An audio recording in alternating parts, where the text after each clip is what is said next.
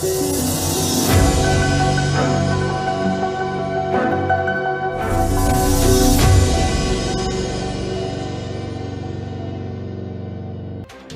में चुनावी दौर में कई तरीके से उतार चढ़ाव सामने आ रहे हैं। बीजेपी और कांग्रेस एक दूसरे पर आरोप प्रत्यारोप की झाड़ियां लगा रही हैं। महिला अपराधों और महंगाई राहत शिविर कैंपों को लेकर बीजेपी लगातार कांग्रेस पर हमलावर है।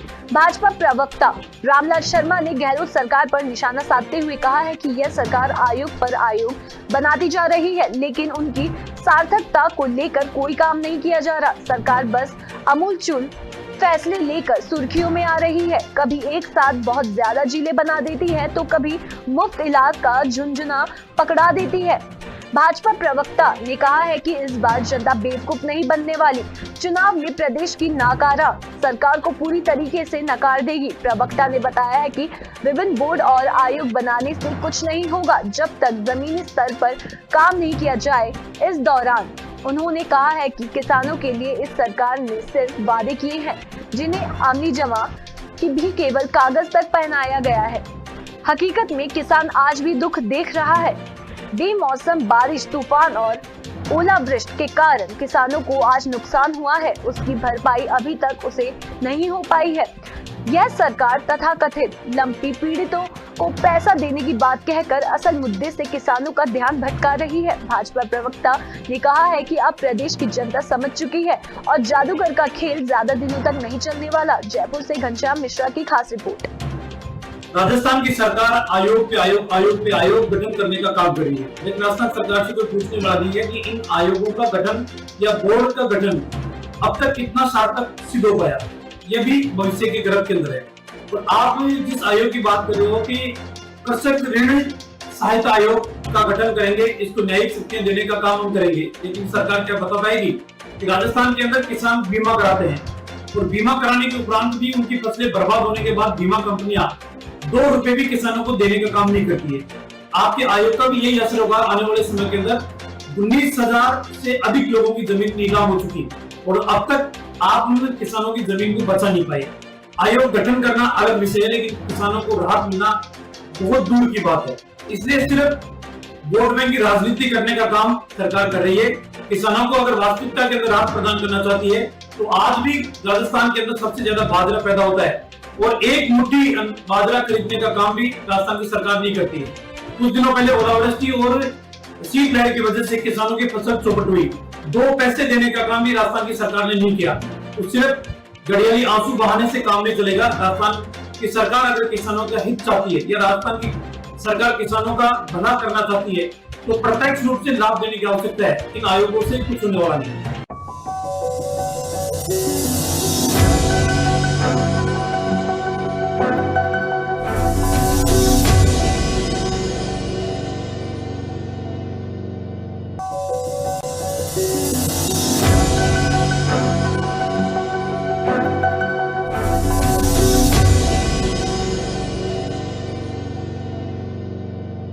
राजस्थान में लगातार बढ़ रहे महिला अपराधों तथा राजनीतिक उठापटक का असर अब दिल्ली दरबार तक जा पहुंचा है। तभी तो मुख्यमंत्री गहलोत पर दिल्ली से ताबड़तोड़ प्रहार हो रहा है। एक तरफ जहां राजस्थान में बीजेपी लाल डायरी को लेकर कांग्रेस सरकार पर हमलावर है, वहीं अब बीजेपी का केंद्रीय नेतृत्व भी लाल डायरी को लेकर अशोक गहलोत सरकार पर हमला कर रहा है। उसी कड़ी में बीजेपी के राष्ट्रीय प्रवक्ता सुधांशु त्रिवेदी ने कहा है कि लाल डायरी के पन्ने अब बाहर आ गए हैं और जो कुछ उसमें लिखा गया है उसके बाद कांग्रेस के लोगों को शर्मसार हो जाना चाहिए। यह बेहद दुखद घटनाक्रम है। भाजपा मुख्यालय नई दिल्ली में हुई प्रेस कॉन्फ्रेंस सुधांशु त्रिवेदी ने कहा है कि चिंता मत करिए, आने वाले समय में इस लाल डायरी की लाली चारों तरफ नजर आएगी। उन्होंने कहा है कि जिस तरीके से मंत्री राजेंद्र सिंह गुढ़ा ने विधानसभा में लाल डायरी का मुद्दा उठाया था वो बेहद ही दुखद है। उन्होंने कहा इसी तरीके से राजीव गांधी सरकार में मंत्री रहे विश्वनाथ प्रताप सिंह ने बोफोर्स मामले को भी उठाया था, जिसका नतीजा सबके सामने है। सुधांशु त्रिवेदी अपराध की घटनाओं का जिक्र करते हुए राजस्थान सरकार पर हमला बोला है। अलवर में नाबालिग के साथ सामूहिक दुष्कर्म किया गया और भीलवाड़ा में कुछ ऐसा ही हुआ है। बीजेपी में लाल डायरी को लेकर सक्रियता बढ़ गई है। सूत्रों का कहना है कि बीजेपी इस लाल डायरी को चुनावी मुद्दा बना सकती है। इस पार्टी चुनाव में प्रचार का प्रमुख हिस्सा बन सकती है। लाल डायरी के पन्नों में जो बातें सामने आ रही हैं, उसे गांव-गांव तक पहुंचाने का काम कर सकती है। पिछले दिनों पीएम ने अपनी सभा में यह बात कह दी थी, तभी इस बात के संकेत मिल रहे हैं। जयपुर से घनश्याम मिश्रा की खास रिपोर्ट। नित्य प्रति भ्रष्टाचार, अपराधीकरण, महिलाओं के साथ दुष्कर्म जैसी शर्मनाक घटनाओं के लिए बार बार उभर के आते हुए राजस्थान सरकार के कारनामों में अब एक नया काला अध्याय जुड़ गया है और यह काला अध्याय लाल डायरी से संबंधित है। वो लाल डायरी जो पिछले कई दिनों से चर्चा बनी हुई थी और जिसको लेकर आपने देखा कि विधानसभा के अंदर फिजिकल मैन हैंडलिंग तक हुई और अब उस लाल डायरी के काले पन्ने भी एक एक करके सामने आने लगे। अभी जो उसके कुछ अंश सामने आए हैं उससे कांग्रेस के अंदर और कांग्रेस की सरकार के द्वारा राजस्थान क्रिकेट एसोसिएशन और इस ढंग की चीजों के साथ पैसे के लेन देन की बातें भी सामने आ रही हैं। और अब इसमें इस लाल डायरी में तो राजस्थान के मुख्यमंत्री जी के लाल के भी कारनामे सामने आ रहे हैं। और मैं यह बात इसलिए गंभीरता से कहना चाहता हूं कि यह विषय केवल एक आरोप नहीं है, यह विषय राजस्थान सरकार के मंत्री ने उठाया है और मंत्री ने कहां उठाया है? सदन के पटल पर उठाया था। मेरे विचार से संवैधानिक दृष्टि से सरकार के मंत्री का सदन के पटल पर दिया गया वक्तव्य सबसे ऑथेंटिक या प्रामाणिक माना जाता है। तो इससे अधिक प्रामाणिकता सरकार, राजस्थान सरकार के भ्रष्टाचार की नहीं हो सकती। और मैं कांग्रेस के अपने विरोधियों को याद दिलाना चाहता हूं, हमने जब जब किसी भी प्रकार की बात कही है तो वो केवल आरोप नहीं लगाया। 2G के मामले पर CAG की रिपोर्ट थी और कोर्ट का ऑब्जर्वेशन था। बोफोर्स के मामले में मैं याद दिलाना चाहता हूं, इसी प्रकार राजीव गांधी सरकार के मंत्री विश्वनाथ प्रताप सिंह जी ने आरोप लगाया। आज अशोक गहलोत जी की सरकार के मंत्री जिसे चंद घंटों में बर्खास्त कर दिया गया, राजेंद्र गुड़ा ने आरोप लगाया। तो मैं कह सकता हूं this is going to be a Bofors moment for Rajasthan सरकार। भीलवाड़ा जिले के कोटड़ी थाना क्षेत्र गिरडिया में बुधवार दोपहर से लापता एक नाबालिग बच्ची के शव के अवशेष गांव के पास ही जंगल में कोयला बनाने की भट्टी से मिलने से दहशत फैल चुकी है। दुष्कर्म और कोयला भट्टी में शव को जलाने की जानकारी क्षेत्र में आग की तरह फैल चुकी है, जिसकी सूचना ग्रामीणों ने कोटड़ी थाने में दी है।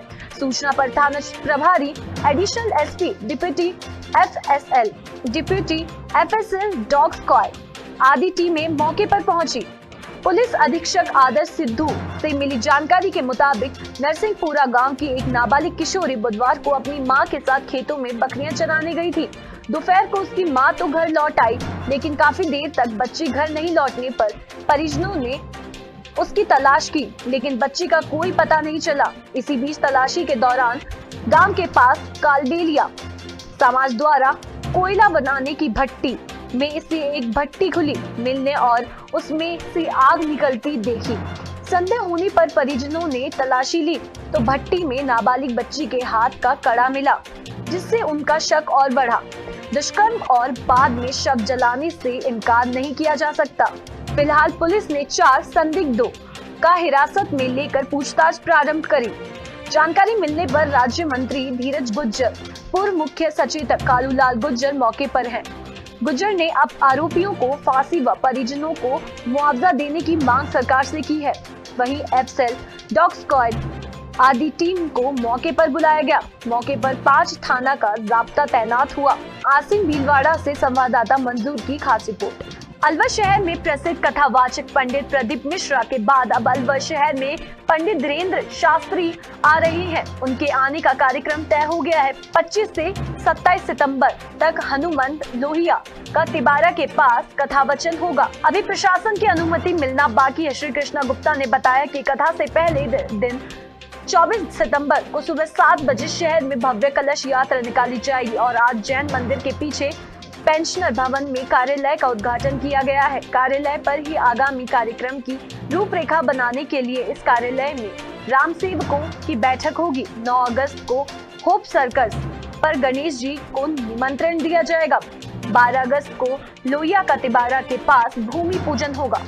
15 अगस्त को नया भूरा सिद्ध हनुमान मंदिर में हनुमान जी को निमंत्रण दिया जाएगा। श्री कृष्ण गुप्ता महेश भारद्वाज ने बताया कि जिस तरीके से हनुमान कथावाचक धीरेन्द्र शास्त्री ने विश्व भर में हनुमान कथा कर सनातन धर्म का प्रचार प्रसार किया है और आमजन को भगवान और मंदिर से जोड़ना, क्योंकि युवा आज भटक चुका है और धीरेन्द्र शास्त्री ने हनुमान कथा कर देश भर में अलग जगाने का काम किया है। ऐसे में हनुमान कथावाचक धीरेन्द्र शास्त्री अलवर में हनुमान कथा का आयोजन करेंगे, जिसमें 15 लाख की संख्या में भक्तों की कथा सुनने के लिए आएंगे, जिसकी सभी तैयारियां कर ली गई है। अलवर से रुपेश शर्मा की खास रिपोर्ट। हमारे पास जैसे लोगों का अपना उत्साह है, उसमें लगता है कि हमें कलेक्शन अच्छा मिलेगा। खर्चा करने के बाद जो भी हमारे धनराशि बनेगी उसके लिए हम बागेश्वर धाम का एक बड़ा भव्य मंदिर बनाने का सोच रहे हैं, जो हाईवे के ऊपर होगा।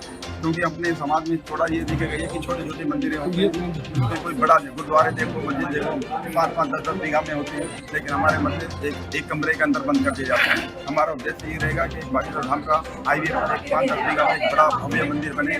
उसकी शुरुआत यहाँ से कथा के समाप्त होने के बाद कर ली जाएगी।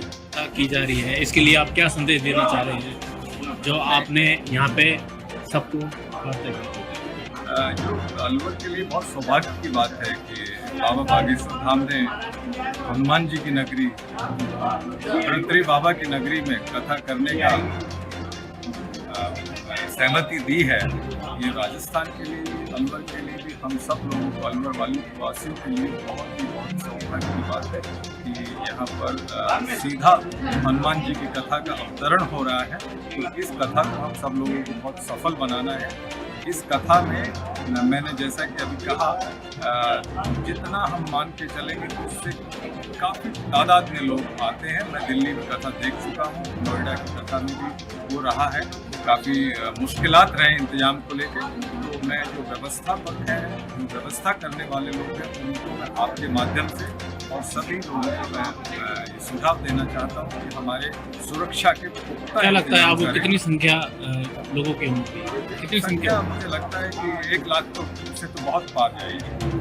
अजमेर जिले के विजयनगर थाना क्षेत्र में एक स्थानीय नेता ने बागरिया परिवार को जान से मारने की धमकी दी है। ऐसी शिकायत को लेकर यह परिवार अजमेर एसपी ऑफिस पहुंचा।